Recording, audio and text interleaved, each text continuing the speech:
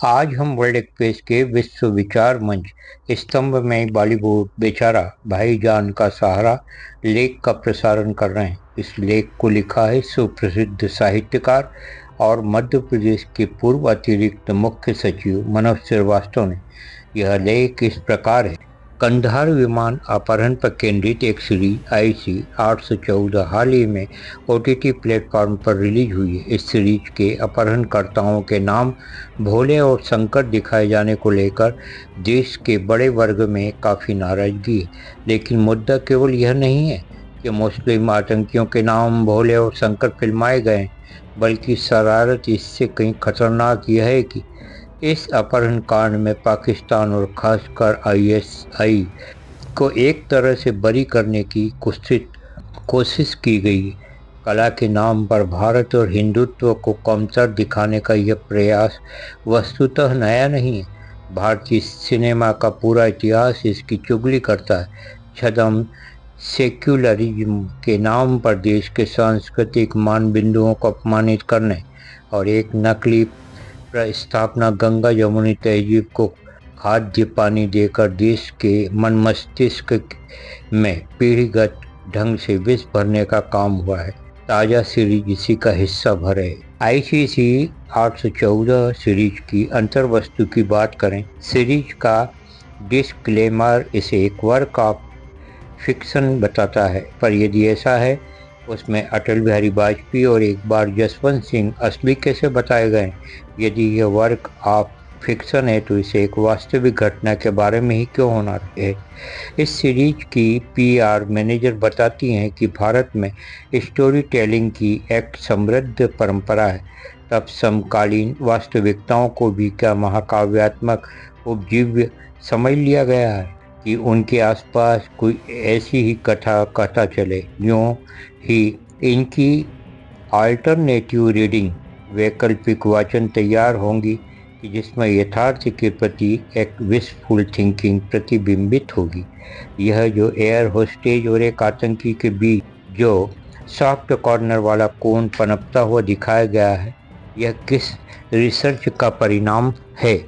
किसी भी प्रत्यक्षदर्शी ने इसका अभिकथन नहीं किया है। जिन्हें आतंक का वह दौर भुगतना पड़ा, उन्हें छोड़िए, किसी तात्कालीन आतंकी से ही पूछ लीजिए क्या ऐसा कुछ हुआ था, तो मना कर देगा। क्या यह कोई स्टॉकहोम सिंड्रोम है या अनुभव सिन्हा ने उस प्लेन को बिग बॉस का घर समझ रखा था।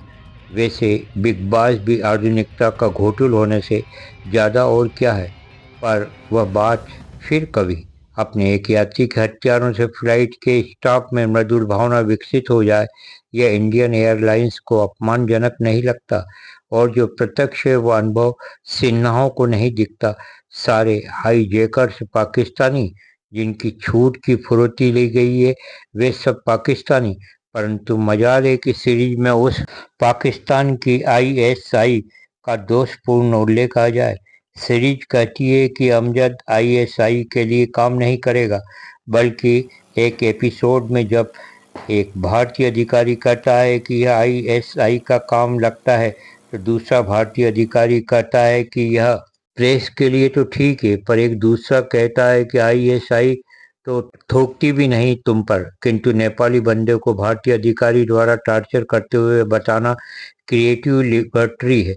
हालांकि शुरुआत में पाकिस्तान का भी फर्स्ट ऑफिसर बताया है और यह भी कि वह भारतीय अधिकारी को अचार खिलाने का रूपक भी बताता है, पर यह कौन सा पद है। यह पद एयरलाइंस में भी बताया गया है, भारत के विदेश विभाग में भी। सीरीज का पहला एपिसोड यह बताने में व्यस्त है कि भारतीय एजेंसियों को पहले पता हो गया, पर वे समय पर बता न पाई। यह किस क्रिएटिव लिबर्टी का परिणाम है, इसे किस पुस्तक या सरकारी दस्तावेज में बताया गया है। सीरीज के प्रति रुचि जगाने और धड़कन बढ़ाने के लिए ये बॉलीवुड युक्ति जोड़ दी गई है।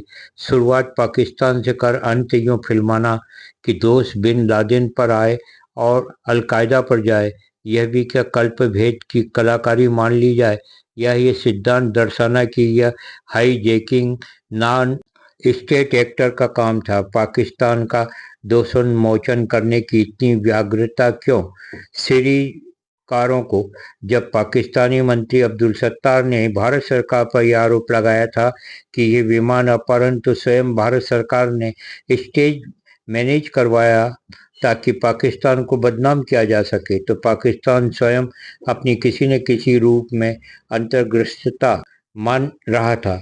पर यहाँ सीरीज में पाकिस्तान का ये मोरपंखी ट्रीटमेंट क्यों है भाई?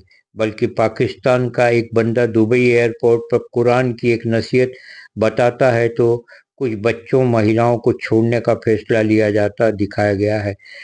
जब बार बार कहा जाता है कि इस्लामिक स्टेट की भूमि पर निर्दोषों का खून न बहाने देंगे, तो लगता है कि जब पाकिस्तान भी नहीं और अफगानिस्तान भी नहीं तो फिर कौन है जो इन्हें संचालित कर रहा है? जबकि प्रत्यक्षदर्शियों ने बताया था कि उन अपहरणकर्ताओं ने यात्रियों को इस्लाम में कन्वर्ट हो जाने के लिए भी कहा था, पर उसका कोई जिक्र नहीं किया गया है। बेचारा बॉलीवुड पाकिस्तान के प्रति इतना नरम नरम संदेश देता रहता है, कभी बजरंगी भाईजान, कभी एक था टाइगर, कभी पठान, कभी टाइगर जिंदा है, कभी पीके, लेकिन पाकिस्तान के कानों में जूं नहीं रेंगती। एक तरफा प्यार है। पाकिस्तान स्टेट की बदनामी न हो इसके लिए इतने चिंतित है सीरीजकार कि भारत राज्य के नेगोशिएटर्स को कॉमिकल और लापरवाह और मूर्ख दिखाने वाली अंडरटोन्स का इस्तेमाल करने में बिल्कुल संकोच नहीं करते। विवेक काटजू, अजित डोभाल, सीडी साहे जैसे लोग थे वे, उन पर टीप करने चले हैं ये सज्जन जिन्हें विदेश मंत्रालय के अधिकारियों के पदनाम तक नहीं मालूम, ये फर्स्ट ऑफिसर कौन चीज है?